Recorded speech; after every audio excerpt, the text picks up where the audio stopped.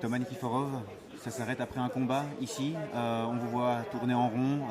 J'ai juste envie de vous demander quel est le sentiment qui domine. C'est de la déception, c'est de la colère. C'est quoi que vous ressentez là maintenant? C'est du dégoût.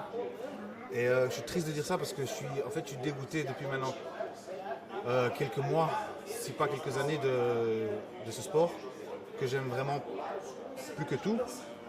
Et c'est un des, c'est vraiment un des seuls sports où quand quelqu'un gagne, parfois il se demande pourquoi, et quand quelqu'un perd, pareil, il est dans le questionnement.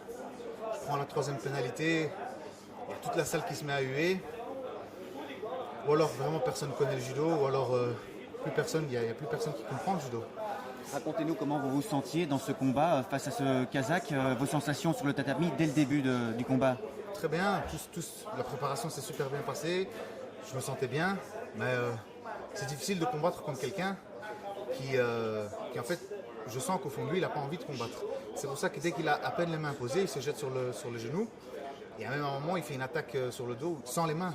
Je veux dire, c'est pas possible. Est-ce qu'il y a de l'incompréhension dans votre chef là maintenant? C'est les pénalités que vous ne comprenez pas? Les pénalités, elles vont pas pour moi, elles vont pas dans le bon sens. C'est lui qui fait des attaques vraiment pour échapper au combat, pas vraiment pour me jeter. C'est pour ça qu'il doit être pénalisé.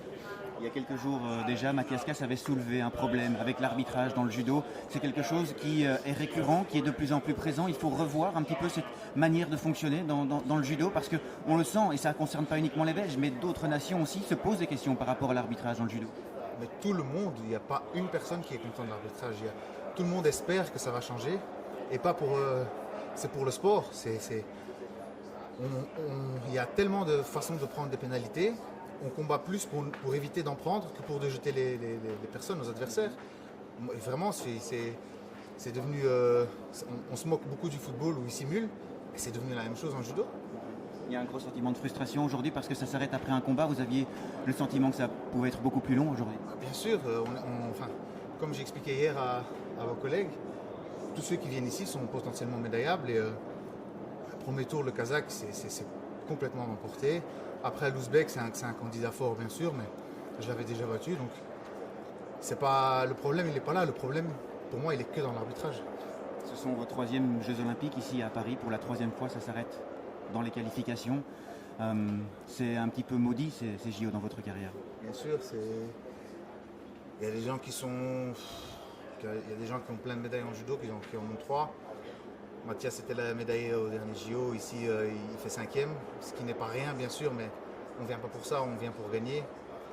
Ce qu'a fait Gabriela hier, franchement elle m'avait montré le bon exemple, le bon chemin, et comme quoi on peut compter à chaque Olympiade sur le judo belge. Mais personnellement, moi je suis vraiment dégoûté de ce sport, et j'espère que les choses vont changer. Il y a du dégoût, mais une envie de continuer à se battre. Bien sûr, on n'abandonne jamais, mais si ça continue comme ça, c'est déjà à la limite du n'importe quoi. Et si les choses ne changent pas, ça va devenir vraiment pas chouette à pratiquer, parce qu'il n'y a rien à faire. Quand on n'aime pas ce qu'on fait, c'est difficile à continuer. Et là, honnêtement, à l'entraînement, bien sûr, c'est chouette, on prend énormément de plaisir parce qu'il n'y a pas d'arbitre, parce que les gens sont beaucoup plus ouverts, on attaque, les combats sont chouettes, mais en compétition, hier, la finale en moins de 90, on ne comprend pas. Le bronze, pareil. On comprend plus ce qu'on fait. C'est difficile de se projeter, évidemment. On sort d'une grosse prépa quand on arrive aux Jeux Olympiques comme ça. C'est toujours cruel quand ça s'arrête si vite. Mais c'est quoi l'avenir maintenant pour vous? Vous voyez plus loin? Vous êtes prêt à repartir pour un cycle olympique encore? Écoutez, j'en sais rien. Là maintenant, ça fait des semaines que... Par exemple, j'ai pas vu ma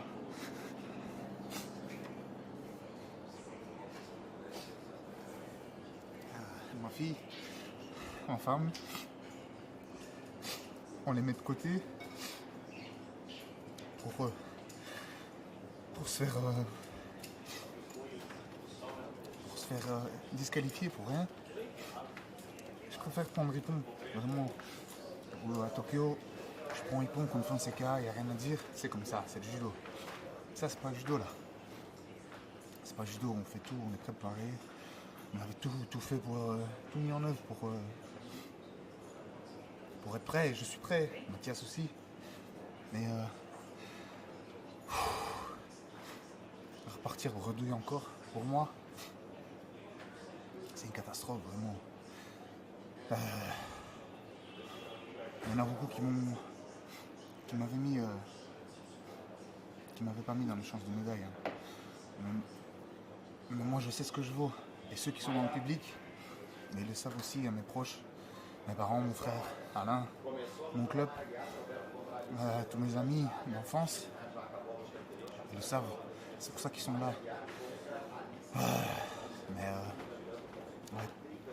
On me dit souvent, il ne faut pas dire sacrifice, mais bien sûr qu'on sacrifie plein de choses pour le haut niveau, pour pouvoir avoir une médaille olympique. Et ma fille, elle va avoir 4 ans, j'ai assisté à un seul anniversaire.